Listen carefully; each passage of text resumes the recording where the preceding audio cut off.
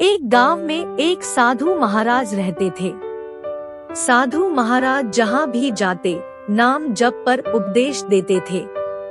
साधु महाराज की नाम जप पर अगाध श्रद्धा को देखकर कई लोगों ने उनसे राम नाम की दीक्षा ली।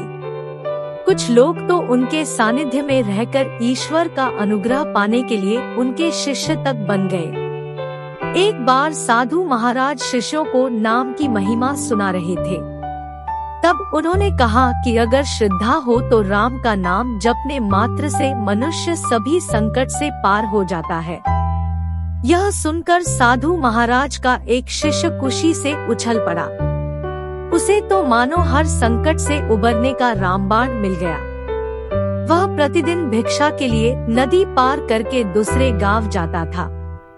इसके लिए उसे नाविक को 4 आने देने पड़ते थे। साधको, यह हमारा ज्ञान चैनल है। अगर आपको यह जानकारी अच्छी लगे तो लाइक और शेयर जरूर करें ताकि बाकी लोगों को भी पता चले। एक दिन की बात है। साधु महाराज का वह शिष्य भिक्षा के लिए जा रहा था। उस दिन दूर कहीं बारिश हुई थी जिससे नदी में बाढ़ आई हुई थी। नाविक ने ले जाने से मना कर दिया। तभी शिष्य को गुरुजी का वह उपदेश याद आया, राम का नाम जपने मात्र से मनुष्य सभी संकट से पार हो जाता है। शिष्य ने सोचा, अगर राम नाम से सभी संकटों से पार हुआ जा सकता है तो नदी पार करना कौन सी बड़ी बात है। लेकिन फिर भी उसे संदेह हुआ, कहीं डूब गया तो। उसने पहले गुरुजी से पूछना उचित समझा। वह वापस गुरुजी के पास गया, बोला, गुरुजी, आज तो नदी में बाढ़ आई हुई है और नाविक ने पार कराने से मना कर दिया। अब क्या करूं? गुरुजी बोले, कुछ नहीं, आज जल पर निर्वाह कर लेंगे। लेकिन जल पर निर्वाह करना शिष्य को मंजूर नहीं था। उसने गुरुजी से फिर पूछा, गुरुजी, आप कहते हैं राम नाम जपने मात्र से सभी संकटों से पार हुआ जा सकता है, क्या राम नाम से नदी भी पार हो सकती है? गुरुजी बोले, अवश्य। श्रद्धा पूर्वक लिया गया राम नाम सभी संकटों से पार कर देता है। इसमें कोई संदेह नहीं कि नदी पार हो सकती है। फिर क्या था? गुरुजी की बात सुनकर शिष्य फिर से नदी की ओर चल दिया। शिष्य को पक्का विश्वास तो नहीं था कि वह पार हो जाएगा, लेकिन फिर भी राम नाम की परीक्षा करने के लिए वह नदी में उतरा। उसने एक बार राम बोला और एक कदम आगे बढ़ा तो कुछ नहीं हुआ। 2 बार राम राम कहा और आगे बढ़ा, फिर भी उसे कोई प्रभाव नहीं दिखा। अब राम राम बोलते बोलते वह आगे बढ़ने लगा। पानी उसके गर्दन तक आ गया।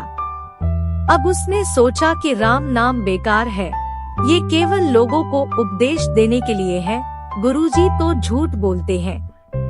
इतने में एक बड़ी लहर आई और उसे बहा ले गई। शिष्य बेचारा गोते खाते खाते किसी तरह किनारे लगा। उसे गुरुजी पर बड़ा गुस्सा आ रहा था। उसने जाकर सारी आपबीती गुरुजी को सुनाई और गालियां देने लगा। शिष्य बोला, अरे डोंगी पाखंडी गुरु, कोई मरे या जिए तुझे कोई फर्क नहीं पड़ता। कुछ भी अनाप शनाप उपदेश बकता रहता है।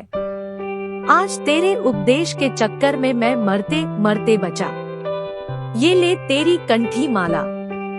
गुरुजी शांत बैठे मुस्कुरा रहे थे। यह देखकर शिष्य गुस्से से लाल हो गया। मैं जा रहा हूँ गांव वालों को तेरी असलियत बताने, यह कहते हुए शिष्य फिर से नदी की ओर चल दिया। पीछे पीछे गुरुजी भी चल दिए। जब नदी किनारे पहुँचे तो नदी उफान पर थी। शिष्य नदी के किनारे पर बैठकर नदी के शांत होने की प्रतीक्षा करने लगा।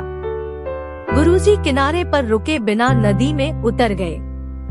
जैसे ही साधु महाराज नदी में उतरे, नदी ने रास्ता दे दिया। यह देखकर शिष्य दंग रह गया। उसे अपनी भूल समझ आ गई। वह पश्चाताप की आग में जलता हुआ नदी में कूद पड़ा। उस समय उसे जीवन की कोई परवाह नहीं थी, ना ही अपनी कोई सुध ही थी। वह दौड़ता हुआ नदी पार कर गया और गुरुदेव के चरणों में गिरकर क्षमा याचना करने लगा। साधु महाराज ने उसे उठाया और गले लगा लिया। जब उसे सुध आई तो उसने पीछे मुड़कर देखा। नदी जो की त्यों बह रही थी। उसने आश्चर्यपूर्वक गुरुजी से पूछा, गुरुजी, ये क्या रहस्य है? जब मैंने राम नाम जपा था तब नदी पार नहीं कर पाया, और अब जबकि मैंने कुछ नहीं जपा फिर भी नदी पार हो गई। ऐसा क्यों? गुरुजी बोले, वत्स, सब श्रद्धा का चमत्कार है। नाम तो श्रद्धा को साधने का जरिया मात्र है। तुम राम कहो या कृष्ण, उससे कोई फर्क नहीं पड़ता। अगर श्रद्धा है तो तुम्हारा कोई भी नाम या विचार तुम्हें संकटों से पार कर सकता है, और यदि श्रद्धा नहीं है तो सारे नाम बेकार है। गुरुजी आगे बोले, जब तुम पहली बार नदी पार कर रहे थे उस समय तुम्हें नाम में श्रद्धा नहीं, संदेह था।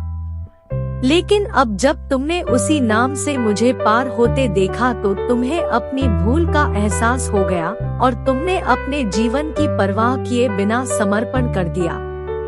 यही श्रद्धा है। जब श्रेष्ठता से प्रेम, ईश्वर से प्रेम हमारे अंतःकरण में उमड़ पड़े तो समझो श्रद्धा का प्राकट्य हो चुका है। अब आपका इष्ट नाम सार्थक है। श्रद्धा और समर्पण के साथ ही नाम की सार्थकता है। जय सनातन। धन्यवाद।